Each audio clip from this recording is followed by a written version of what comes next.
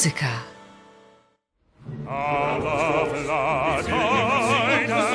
Peter Grimes' On the Beach. Benjamin Britten's opera was one of the key events of the latest edition of the festival he created in the late 1940s in Aldborough, a fishing village that inspired the opera and where the artist spent most of his life.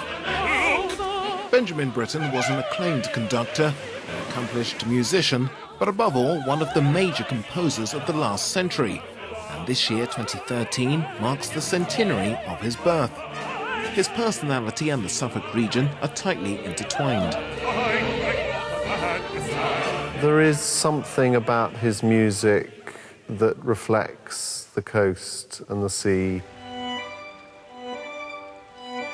There's a kind of sense of light and space in some of his music, and I feel that perhaps comes from somebody who wants to be by the sea. It's a very open landscape, it's very flat, the skies are big, there is a wonderful changing light here all the time. So it's that kind of simplicity or austerity that I think is so special about here. As Britten's career as a composer and conductor developed, so did his festival grow from a high-quality but still local event into an internationally famed rendezvous. In the 1970s, with his partner Peter Pears, they realized that there was a real need to support young professional musicians. So what you have here is a huge year-round musical centre with young musicians at all different stages of their development coming here to be inspired, try new things.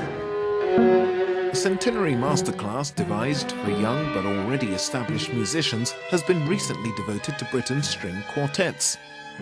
Cassandra Hamilton is the leader of the Bernadelle Quartet. So much of his writing is so intimate and you have to keep it so close to yourself before he lets you give it away.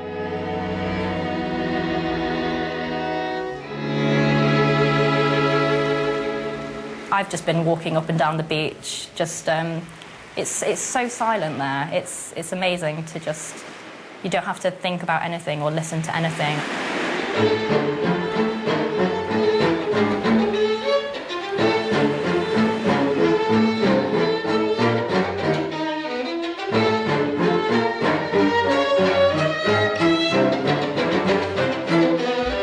I'm always amazed by the richness of his legacy. For me, what's exciting is not only the obvious fact that he was a great composer and wrote lots of wonderful music, but he was an extraordinary impresario. So many of his ideas were quite radical, were quite ahead of their time. His ideas about music education, his ideas about the role of the composer in the community. He was doing that before other people were in Europe.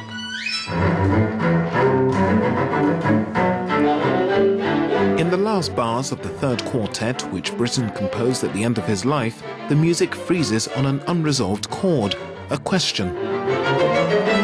I think, yeah, the answer to the question is kind of one of those, is there or isn't there, an afterlife. So I think it's one that is never supposed to be resolved, personally.